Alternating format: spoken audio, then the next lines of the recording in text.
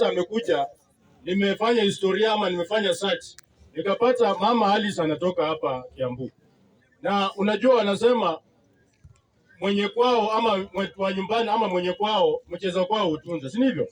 Mama amerudi nyumbani, na mimi sitaki kusema ya kwamba naunga mkono Alice Ng'ang'a. Nimesema wakati nitakutana na Alice Ng'ang'a macho kwa macho, nitakutana na yeye. Wanabunge wametupea nguvu ya kukutana na Alice Ng'ang'a, bunge power. Wakati tutakutana na yeye akisema ya kwamba atuambie atatufanyia nini watu wa Juja. Hatuwezi hukumu mtu kama atatufanyia kazi, ndio? Mtu mwenye tunaweza hukumu ni yule ambaye amekalia kiti. Na mwenye amekalia kiti ni nani? Wamatangi. So kama kuna maswali tunaweza uliza, tuulize Wamatangi.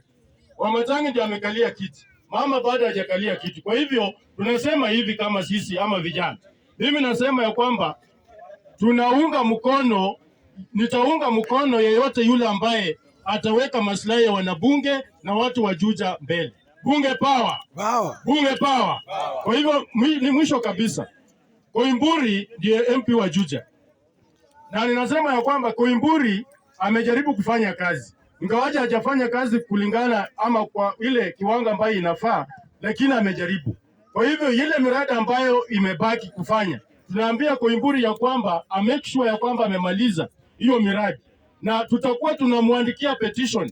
Mimi kama president wa bunge, mmenipea nguvu, tutakutana na yeye tumwandikie petition, tujaribu kuangalia hapo, tutafanya what we call public search, tujue wanajuja wanamung'ezo wako na mashida gani. Kama vijana mjue tuko na shida gani. Ndio maana tunasema mkuje kwa bunge mjiandikishe kama members. Wakati tutaita members wa wanabunge, jina lako ikuwe kwa wanabunge. Kama unataka kujiandikisha, uone our MCA aspirant ako pale, akuandikishe jina ukuwe member.